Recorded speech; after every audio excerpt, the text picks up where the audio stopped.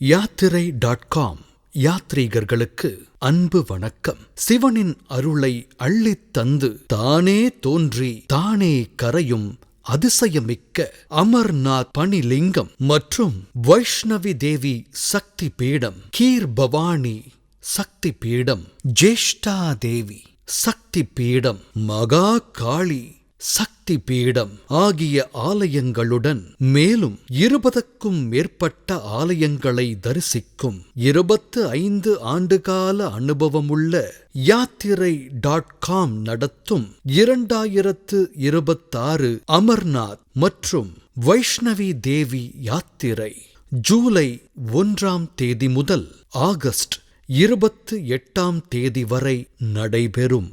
விமானம், helicopter, Innova car பயணம், 3 நட்சத்திர விடுதிகளில் தங்குதல், தமிழக சைவ உணவு மற்றும் அனுபவம் மிக்க தமிழ் வழிகாட்டியுடன் கூடிய கம்ஃபர்டபிள் பேக்கேஜ் மொத்தம் 7 நாட்களை கொண்டது.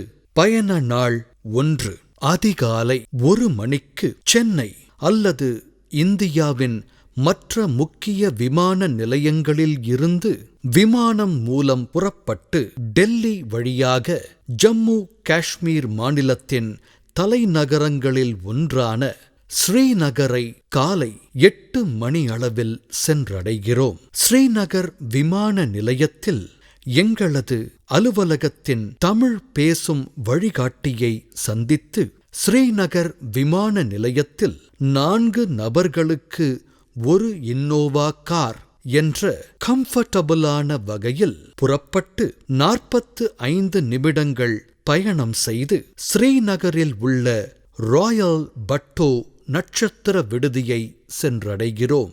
ராயல் பட்டோ நட்சத்திர விடுதியில் தமிழக வழக்கப்படி தயார் செய்யப்பட்ட காலை சிற்றுண்டியை முடித்துக் கொள்கிறோம். பின்னர் ஸ்ரீநகர் ராயல் பட்டோ நட்சத்திர விடுதியில் இருந்து இன்னோவா கார் மூலம் புறப்பட்டு 2 மணி நேரம் பயணம் செய்து சிந்து நதி மற்றும் வாங்காத் நதிகளின் கரையில் அமைந்துள்ள 1400 ஆண்டுகள் பழமையான 12 ஜோதிர்லிங்கங்களில் ஒன்றான கேதார்நாத்திற்கு இணையான நாரா நாக் கிராமத்தில் அமைந்துள்ள சிதிலமடைந்த நாரா நாக் சிவாலயத்தில் உள்ள சிதிலமடைந்த நவ சிவலிங்கங்களை தரிசனம் செய்கிறோம். பின்னர் நாரா நாக் கிராமத்தில் இருந்து புறப்பட்டு 2 மணி நேரம் பயணம் செய்து மதியம் 1 மணி அளவில் காஷ்மீர் பகுதியில் உள்ள அழகிய கிராமங்களில் ஒன்றான சோன்மார்க் கிராமத்தினை சென்றடைந்து சோன்மார்க் கிராமத்தில் உள்ள கிளேசியர் ஹைட்ஸ் 3 நட்சத்திர விடுதியில் செக்-இன் செய்து தங்குகிறோம். மதியம் 2 மணி அளவில் தமிழக வழக்கப்படி தயார் செய்யப்பட்ட மதிய உணவை முடித்துக்கொண்டு சோன்மார்க்கில் இருந்து இன்னோவா கார் மூலம் புறப்பட்டு 4 கிலோமீட்டர்கள் பயணம் செய்து நீல்கிரீத் ஹெலிகாப்டர் தளத்திற்கு சென்று உங்களது ஹெலிகாப்டர் டிக்கெட் மற்றும் ஆதார் கார்டு ஆகியவற்றைக் கொண்டு EKYC மற்றும் RFID கார்டு ப்ராசஸை முடித்துக் கொள்கிறோம். பின்னர் நீல்கிரீத் ஹெலிகாப்டர் தளத்தில் இருந்து ஜீப் மூலம் புறப்பட்டு 15 கிலோமீட்டர்கள் பயணம் செய்து இந்திய பாகிஸ்தான் போர் நடைபெற்ற குமுரி என்ற இடத்தினை சென்றடைந்து குமுரி போர் வீரர்களின் நினைவுச் சின்னத்தை பார்வையிடுகிறோம். பின்னர் அருகில் உள்ள 0 பாயிண்ட் என்ற இடத்தில் அவரவர் சொந்த செலவில் பனிக்கட்டிகளில் சறுக்கு விளையாட்டு மற்றும் பைக் ரைடிங் செய்து விளையாடுகிறோம். பின்னர் 0 பாயிண்டில் இருந்து ஜீப் மூலம் புறப்பட்டு 20 கிலோமீட்டர்கள் பயணம் செய்து சோன்மார்க் கிராமத்தை வந்தடைகிறோம். சோன்மார்க் கிராமத்தில் இந்திய இராணுவத்தால் கட்டப்பட்டு பூஜைகள் செய்யப்படும் சிவாலயத்தில் மிகவும் புனிதமான நர்மதா சிவலிங்கத்தை தரிசனம் செய்கிறோம். பின்னர் இரவு 7 மணி அளவில் சோன்மார்க் விடுதியில் நடைபெறும் அமர்நாத் பயணம் பற்றிய கலந்துரையாடல் நிகழ்ச்சியில் பங்கு பெறுகிறோம். இந்த கலந்துரையாடலுக்குப் பின்னர் தமிழக வழக்கப்படி தயார் செய்யப்பட்டுள்ள இரவு உணவை முடித்துவிட்டு இரவு தங்குகிறோம். பயண நாள் 2. அதிகாலை 4 மணியளவில் சோன்மார்க்கில் நாம் தங்கியுள்ள விடுதியில் இருந்து ஜீப் மூலம் 4 கிலோமீட்டர்கள் பயணம் செய்து அமர்நாத்தின் அடிவாரப் பகுதியான நீல்கிரித் ஹெலிகாப்டர் தளத்தை சென்றடைகிறோம். நீல்கிரித் ஹெலிகாப்டர் தளத்தில் ஹெலிகாப்டர் டிக்கெட் பரிசோதனை மற்றும் பாதுகாப்பு சோதனைகளை முடித்து நீல்கிரித்தில் இருந்து ஹெலிகாப்டர் மூலம் புறப்பட்டு 12 நிமிடங்கள் பயணத்திற்கு பின் பஞ்சதரணியை சென்றடைகிறோம். சிவபெருமான் தன் தலையில் இருக்கும் கங்கையை பூமியில் விட்டுவிட்டு அமர்நாத் குகைக்குச் சென்ற இடமான பஞ்சதரணியில் இருந்து நடந்தோ அல்லது அவரவர் சொந்த செலவில் குதிரை அல்லது பல்லாக்கு மூலம் செங்குத்தாக பனிக்கட்டிகளால் அமையப்பெற்ற பாதைகளின் வழியே 5 கிலோமீட்டர்கள் பயணம் செய்து அமர்நாத் குகையை சென்றடைகிறோம். அமர்நாத்தில் உள்ள மிக பிரம்மாண்டமான குகையில் சிவபெருமானால் பார்வதி தேவிக்கு மரணமின்மை தொடர்பான இரகசிய மந்திரங்கள் போதிக்கப்பட்ட இடத்தில் தானே தோன்றி தானே கரையும் பனிக்கட்டியாலான சிவலிங்கத்தினை தரிசனம் செய்கிறோம். பின்னர் பார்வதி தேவியின் தொண்டை பகுதி விழுந்த இடத்தில் பனிக்கட்டிகளால் அமையப்பெற்ற பார்வதி தேவி மற்றும் விநாயகரை தரிசனம் செய்கிறோம். பின்னர் அமர்நாத் குகையில் சிவபெருமானால் சாபமும் வரமும் பெற்று அமர்நாத் குகையில் பிறந்து தான் இடும் முட்டைகளில் மீண்டும் மீண்டும் மறுபிறப்பு எடுக்கும் 2 வெள்ளை புறாக்களை தரிசனம் செய்கிறோம். பின்னர் அமர்நாத் ஷ்ரைன் போர்டு மூலம் வழங்கப்படும் வெள்ளி நாணயத்தை பிரசாதமாக பெற்றுக் கொண்டபின் அமர்நாத் குகைக்கு வெளியில் அமைக்கப்பட்டுள்ள குழாய் மூலமாக அமர்நாத் பனிலிங்க தீர்த்தத்தினை நமது வாட்டர் கேன்களில் புனித நீராகப் பெற்றுக்கொள்கிறோம். அமர்நாத் பனிலிங்கம் பார்வதி தேவி லிங்கத்தினை தரிசனம் செய்தபின் மீண்டும் 5 கிலோமீட்டர்கள் குதிரை அல்லது பல்லாக்கு மூலம் பயணம் செய்து மீண்டும் பஞ்சதரணி ஹெலிகாப்டர் தளத்தை வந்தடைகிறோம். பஞ்சதரணி ஹெலிகாப்டர் தளத்தில் இருந்து ஹெலிகாப்டர் மூலம் புறப்பட்டு 12 நிமிடங்கள் பயணம் செய்து அமர்நாத்தின் அடிவாரப் பகுதியான நீல்கிரித் ஹெலிகாப்டர் தளத்தை வந்தடைகிறோம். நீல்கிரித் ஹெலிகாப்டர் தளத்தில் இருந்து கார் அல்லது ஜீப் மூலம் புறப்பட்டு 4 கிலோமீட்டர்கள் பயணம் செய்து சோன்மார்க் கிராமத்தில் உள்ள கிளேசியர் ஹைட்ஸ் நட்சத்திர விடுதியை வந்தடைகிறோம். அன்று இரவு தமிழக வழக்கப்படி நமக்காக தயார் செய்யப்பட்ட இரவு உணவை முடித்துவிட்டு இரவு அங்கு தங்குகிறோம். பயண நாள் 3.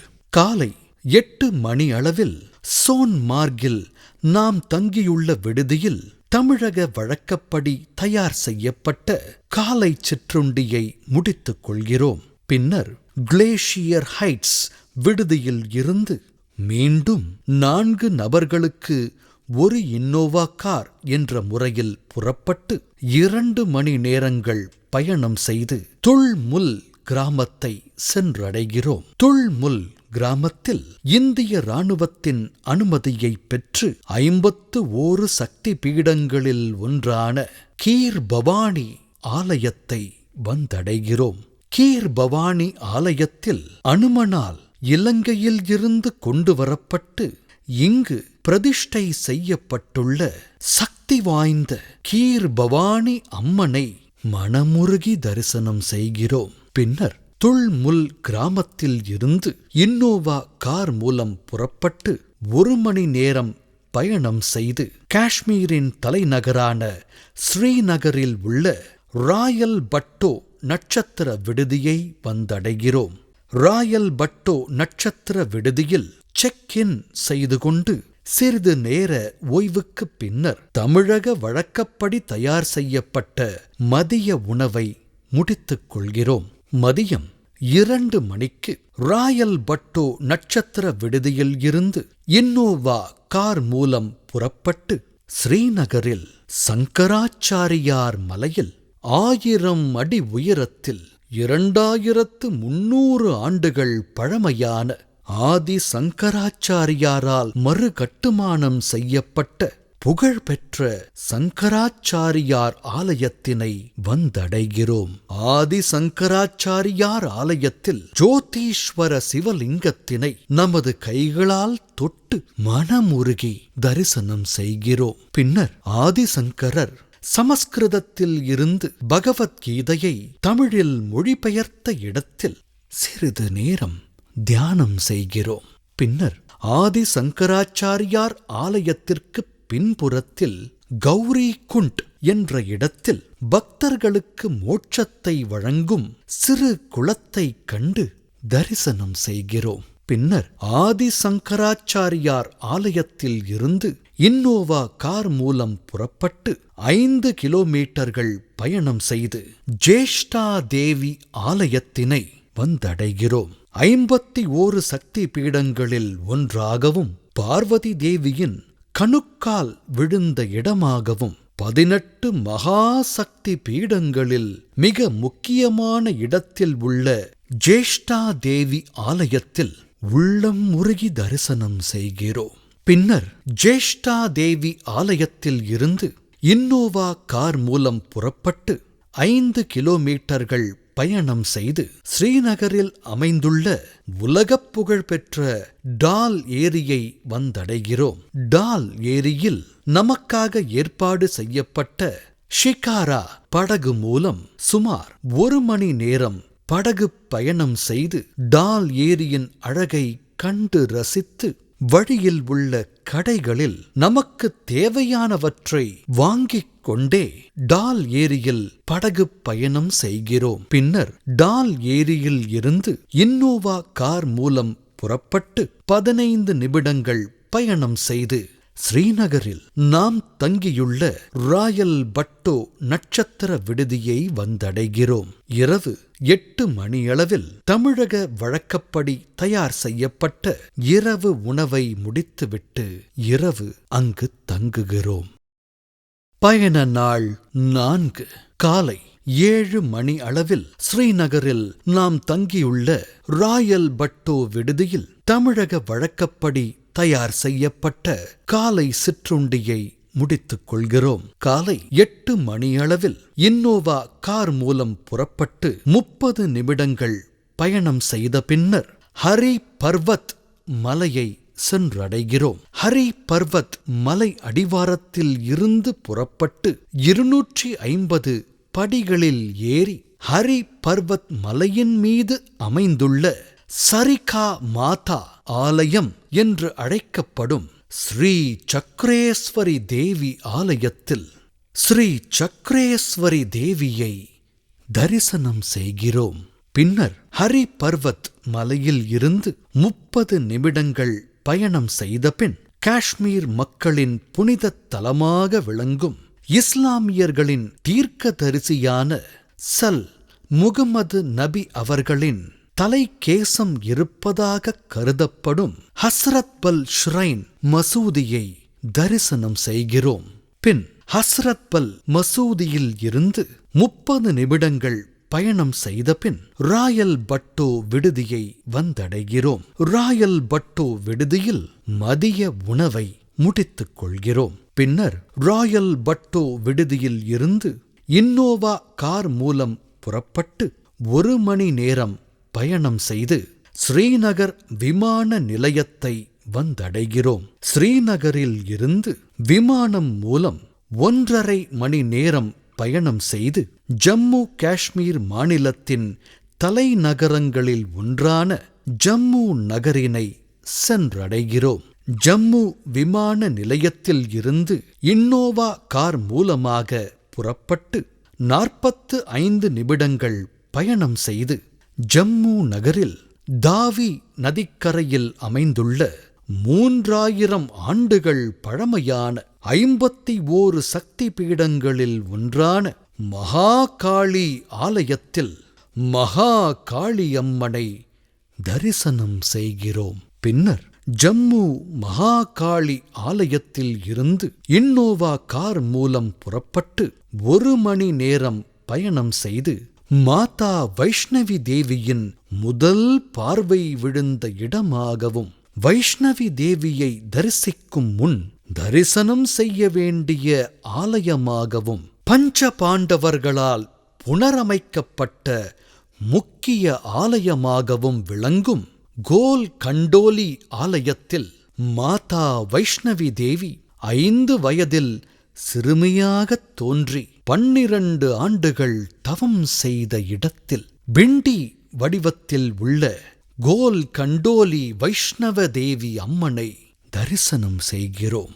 பின்னர் கோல் கண்டோலியில் இருந்து புறப்பட்டு 1 மணி நேரம் பயணம் செய்து வைஷ்ணவி தேவி மலையின் அடிவார நகரமாக விளங்கும் கட்ரா நகரினை வந்தடைந்து கட்ரா நகரில் உள்ள பெஸ்ட் வெஸ்டர்ன் ஸ்விங் ஹை நட்சத்திர விடுதியில் செக் இன் செய்து கொள்கிறோம். அன்று இரவு அடுத்த நாள் வைஷ்ணவி தேவி கோயில் செல்வதற்கான கலந்துரையாடலிலும் பங்கு கொள்கிறோம். இந்த கலந்துரையாடலுக்குப் பின்னர் தமிழக வழக்கப்படி தயார் செய்யப்பட்ட இரவு உணவை முடித்துவிட்டு இரவு அங்கு தங்குகிறோம். பயண நாள் 5. அதிகாலை 6 மணி அளவில் கட்ரா நகரில் நாம் தங்கியுள்ள பெஸ்ட் வெஸ்டர்ன் ஸ்விங் ஹை நட்சத்திர விடுதியில் தமிழக வழக்கப்படி தயார் செய்யப்பட்ட காலை சிற்றுண்டியை முடித்துக் கொள்கிறோம். பின்னர் நாம் தங்கியுள்ள விடுதியில் இருந்து 2 நபர்களுக்கு 1 ஆட்டோ என்ற முறையில் ஆட்டோ மூலம் புறப்பட்டு 10 நிமிடங்கள் பயணம் செய்து கட்ரா ஹெலிகாப்டர் தளத்தை சென்றடைகிறோம். கட்ரா ஹெலிகாப்டர் தளத்தில் ஹெலிகாப்டர் டிக்கெட் பரிசோதனை மற்றும் பாதுகாப்பு சோதனைகளை முடித்து கட்ராவில் இருந்து ஹெலிகாப்டர் மூலம் புறப்பட்டு 12 நிமிட பயணத்திற்கு பின் சஞ்சய் காட் ஹெலிகாப்டர் தளத்தை சென்றடைகிறோம். சஞ்சய் காட் ஹெலிகாப்டர் தளத்தில் இருந்து நடந்தோ அல்லது அவரவர் சொந்த செலவில் குதிரை அல்லது பல்லக்கு மூலம் பாதுகாப்பான பாதைகளின் வழியாக 2 கிலோமீட்டர்கள் பயணம் செய்து வைஷ்ணவி தேவி ஆலயத்தினை சென்று அடைகிறோம். திரிகூட மலையின் மீதுள்ள வைஷ்ணவி தேவி ஆலயத்தில் 51 சக்தி பீடங்களில் ஒன்றாகவும் பார்வதி தேவியின் புருவங்களின் மையம் விழுந்த இடமாகவும் மூலஸ்தானத்தில் 3 பிண்டிகளாக உள்ள மகா சரஸ்வதி, மகாலட்சுமி மற்றும் மகா காளி தெய்வங்களை மனமுருகி தரிசனம் செய்கிறோம். வைஷ்ணவி தேவி குகை ஆலயத்தை தரிசனம் செய்த பின் 75 படிகளில் இறங்கிச் சென்று சிவாலயத்தில் உள்ள சிவபெருமானையும் தரிசனம் செய்கிறோம். பின்னர் மீண்டும் 75 படிகளில் ஏறி வந்து மாதா வைஷ்ணவி தேவி ஆலயத்தில் காணிக்கைகள் தர விருப்பம் உள்ளவர்கள் காணிக்கைகளை செலுத்துகிறோம். வைஷ்ணவி தேவி குகை ஆலயத்தை தரிசனம் செய்த பின்னர் மீண்டும் நடந்தோ அல்லது குதிரை அல்லது பல்லக்கு மூலம் 2 கிலோமீட்டர்கள் பயணம் செய்து சஞ்சய் காட் ஹெலிகாப்டர் தளத்தை சென்றடைகிறோம். சஞ்சய் காட் ஹெலிகாப்டர் தளத்தில் இருந்து ஹெலிகாப்டர் மூலமாக 12 நிமிடங்கள் பயணம் செய்து கட்ரா நகரில் உள்ள ஹெலிகாப்டர் தளத்தை வந்தடைகிறோம். கட்ரா ஹெலிகாப்டர் தளத்தில் இருந்து 2 நபர்களுக்கு 1 ஆட்டோ என்ற முறையில் புறப்பட்டு 10 நிமிடங்கள் பயணம் செய்து பெஸ்ட் வெஸ்டர்ன் ஸ்விங் ஹை நட்சத்திர விடுதியை வந்தடைகிறோம். மதிய உணவை முடித்துக் கொண்டு சிறிது நேரம் ஓய்வெடுக்கிறோம்.